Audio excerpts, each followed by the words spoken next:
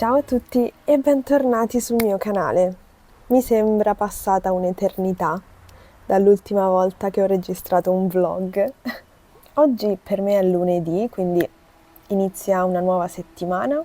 Questa mattina ho registrato la puntata del programma di Rai Italia Paparazzi e sono stata riconfermata per la seconda stagione, quindi sono molto contenta.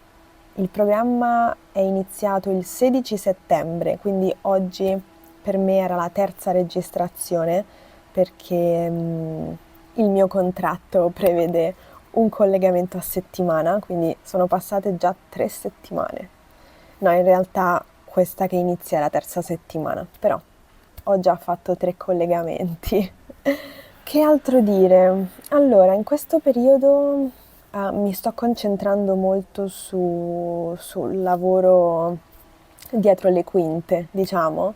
Sto facendo molti video con la lavagna, quindi proprio video lezioni tradizionali, tra virgolette, perché siamo ormai ad ottobre, però comunque siamo in quel periodo dell'anno in cui rinizia la scuola, rinizia l'università, voglio portare quella sensazione di inizio anche qui sul canale, no? Quindi studiamo come se fossimo a scuola o all'università, però in realtà siamo su YouTube e quindi per questo motivo non ho fatto molti vlog, anche perché nell'ultimo periodo, quest'estate, diciamo, non sono stata molto dell'umore giusto per fare vlog e quindi ho preferito non farli e concentrarmi su altro, anche perché i vlog devono essere dei video abbastanza leggeri, secondo me.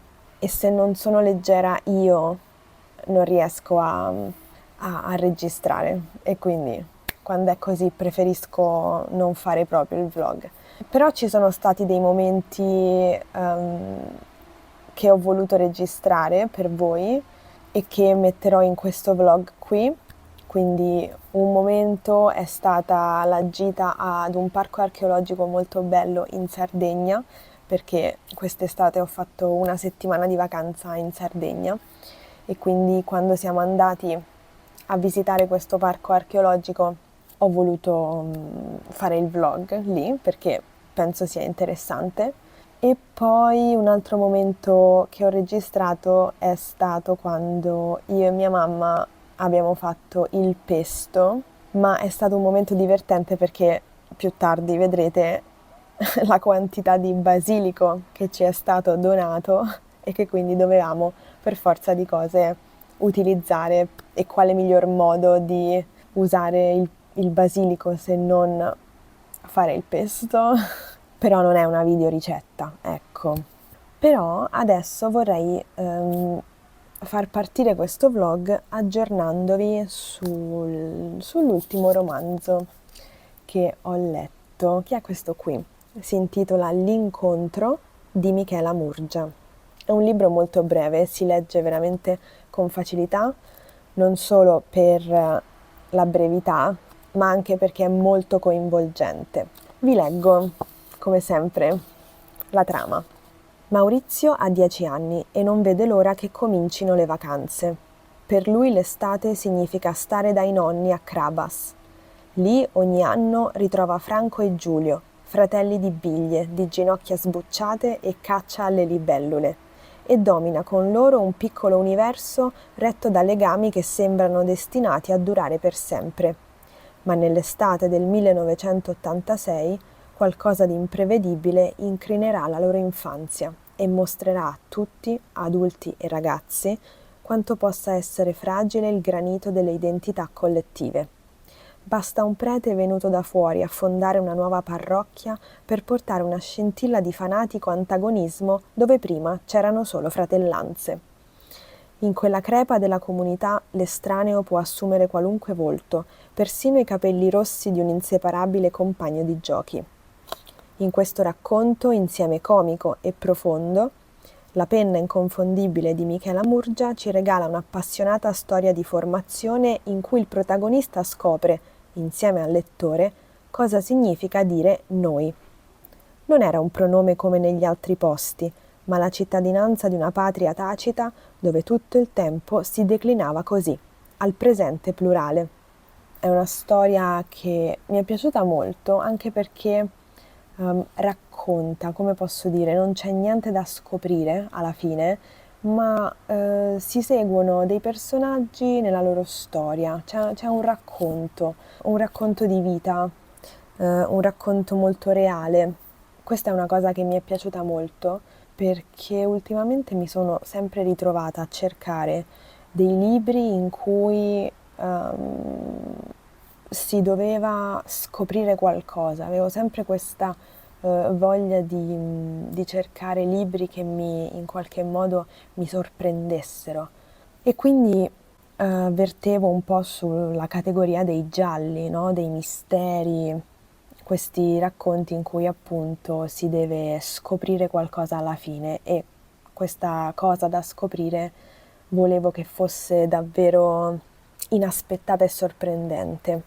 Non sono riuscita a trovare dei libri così che mi soddisfacessero appieno e quindi mi sono resa conto che i libri che mi sono piaciuti di più erano dei romanzi in cui si raccontavano le storie delle persone, senza grandi aspettative per il finale della storia. E quindi questo è stato uno dei libri che mi è piaciuto molto leggere quest'estate e ve lo consiglio molto. Certo, non è una lettura facile, però se siete ad un livello B1, dal B1 in su, penso che possiate leggerlo in tranquillità. E poi ve lo consiglio perché è un bello scorcio nella vita quotidiana estiva di un piccolo paese in cui appunto si ritrovano per l'estate, per stare insieme, degli amici. Quello che succede, come dire, sempre qui in molte realtà italiane, che quando arriva l'estate molte famiglie si trasferiscono nella casa dei nonni, nei paesini e quindi i bambini, i ragazzi si ritrovano per l'estate, quindi gli amici dell'estate, per appunto stare insieme e passare le giornate insieme, appunto. E niente, quindi adesso il vlog può continuare e facciamo un salto indietro e senza farlo apposta andiamo in Sardegna. Per andare in Sardegna abbiamo preso il traghetto da Civitavecchia e abbiamo trascorso 5 ore di viaggio sul traghetto e mi sono un po' annoiata perché non posso leggere sul traghetto perché soffro di mal di mare. L'unica cosa che potevo fare era ascoltare la musica, però dopo un po' anche quello mi ha stufato, perciò mi sono messa a vagare per il traghetto nella speranza che il tempo andasse più veloce.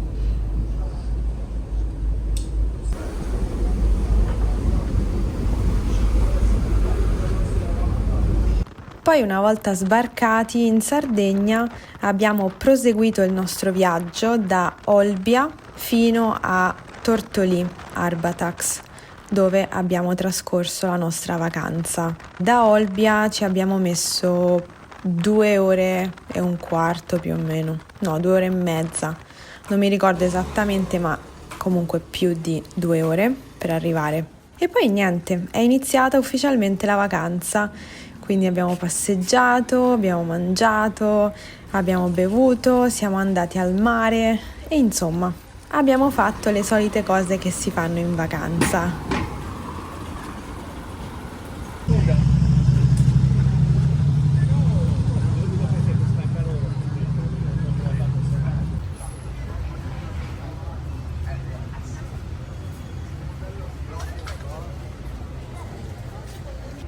Anche questa è carina, anche questa.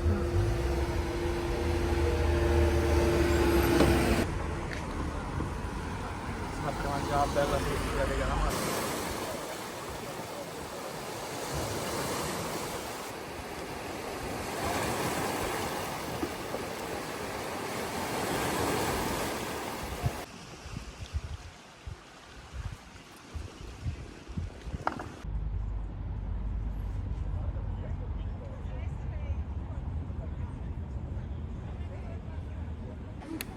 Fai vedere crocchias, le patatine sarde. Crocchias mi fa spezzare come nome. Allora, le abbiamo prese al bacio, come ci ha detto di fare la signora. Quindi adesso la beviamo al bacio senza bicchiere. Buongiorno da Tortolì, in provincia di Nuoro, in Sardegna. Oggi ho deciso di fare un vlog della giornata perché credo che faremo delle cose interessanti, come ad esempio andare ad un parco archeologico qui vicino. Poi oggi pomeriggio andremo al mare. Stasera penso che nei programmi ci sia andare a cena al centro di Tortolì e quindi fare una passeggiata lì. Il complesso archeologico di Sortali e Sumonti si trova a pochi chilometri da Tortolì. Sorge su due colline contigue di roccia granitica, nell'area più comunemente nota con il nome di San Salvatore. L'area archeologica è suddivisa in due settori e comprende monumenti riferibili a epoche diverse che testimoniano la continuità di frequentazione dell'area durante un ampio lasso di tempo. Grazie alla varietà dei suoi monumenti, questo si configura come uno dei siti più completi della Sardegna, dove il visitatore ha l'occasione di conoscere le tappe più importanti della preistoria sarda in un unico percorso.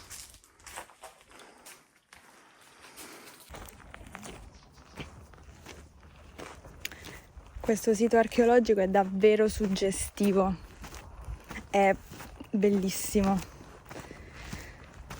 Se vi trovate da queste parti, se vi capiterà mai di venire qui, vi prego di venire a visitare questo posto.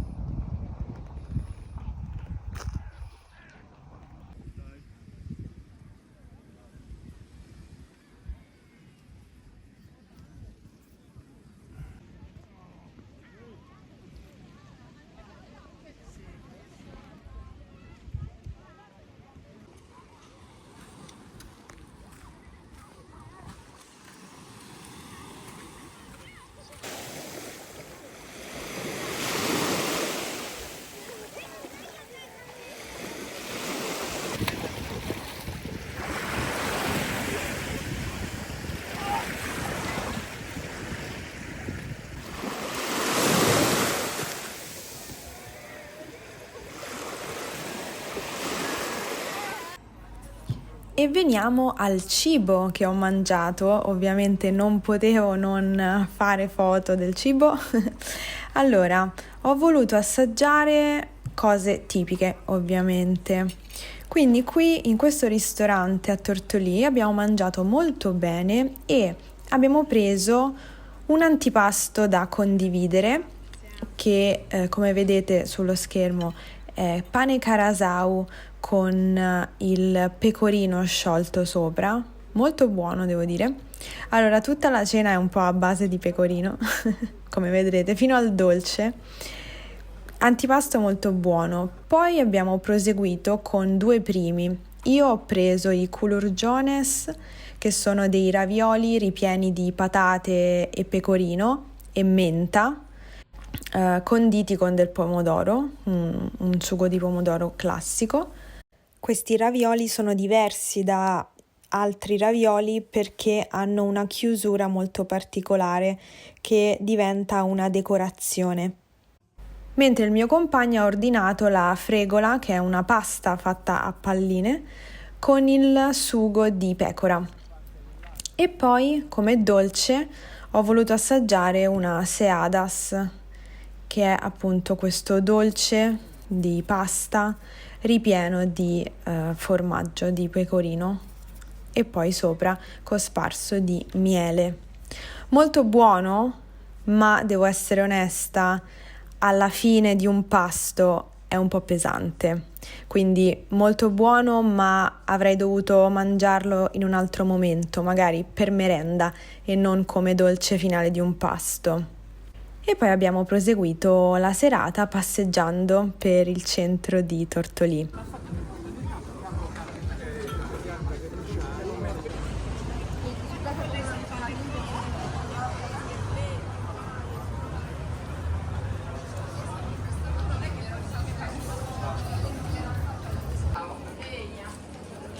Qua c'è un bel murale della casa del pecorino.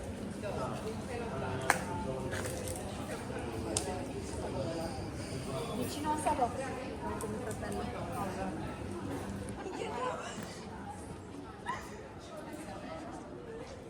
No, sono gli stessi. È il marito di Emilia, con questa che sto dicendo con Maria Paola, sono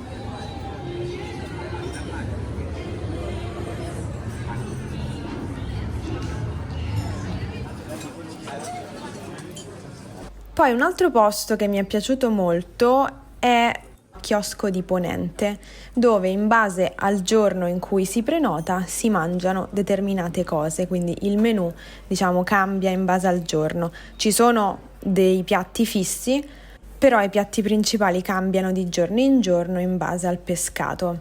E qui ho voluto assaggiare i ravioli di seppia, che sono questi che sto mangiando qui. Molto buoni, devo dire, mi sono piaciuti. Particolari, però devo dire che mi sono piaciuti molto. E poi ho voluto assaggiare anche una versione diversa dei culurgiones con il nero di seppia e fritti e cosparsi poi di bottarga. Molto buoni, anche questi ovviamente hanno un sapore intenso perché la bottarga ha un sapore intenso. Molto carino, mi è piaciuto molto questo posto, anche l'atmosfera era davvero serena.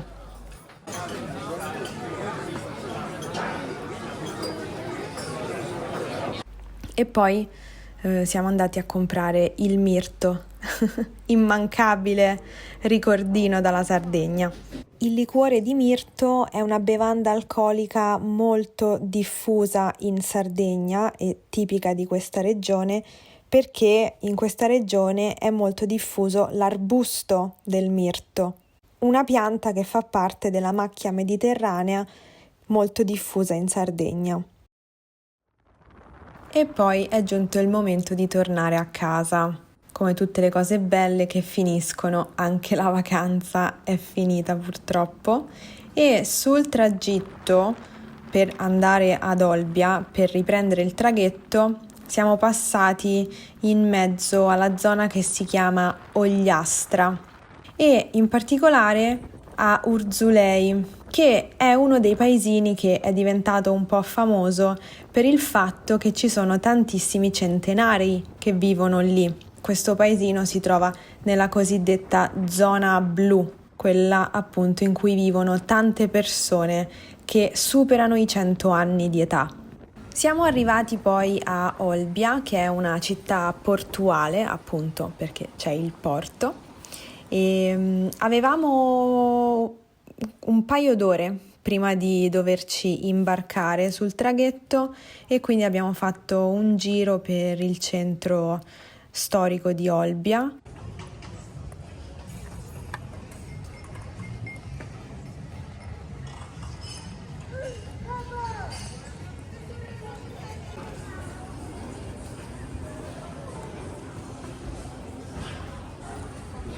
Che belle queste piante.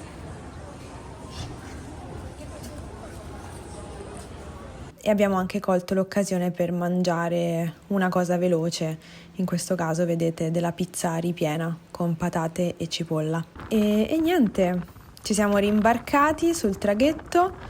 Il viaggio di ritorno è stato tremendo, tremendo. Siamo partiti con più di 1 ora e mezza di ritardo e il viaggio è durato molto più di 5 ore. Quindi poi siamo arrivati a Civitavecchia e da Civitavecchia è un'altra 1 ora e mezza per arrivare a Roma. Quindi è stato un viaggio molto lungo per tornare a casa, ma poi alla fine siamo arrivati. Arrivederci.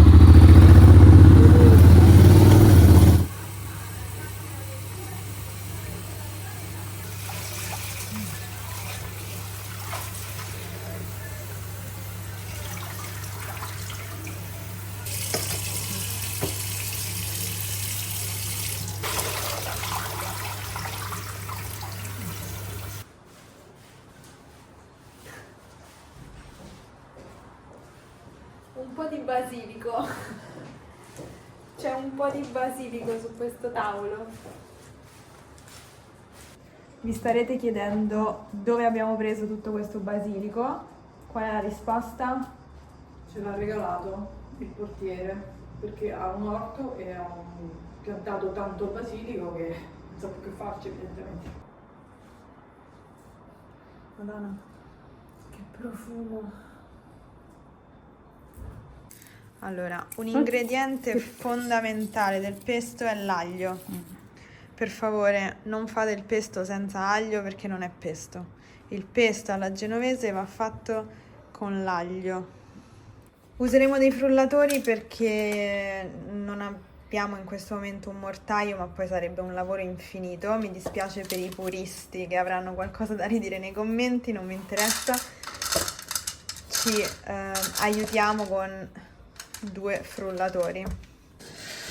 Poi comunque vorrei vedere nella vita reale quelli che commentano devi usare il mortaio per fare il pesto. Vorrei vedere se loro veramente usano il mortaio per fare il pesto.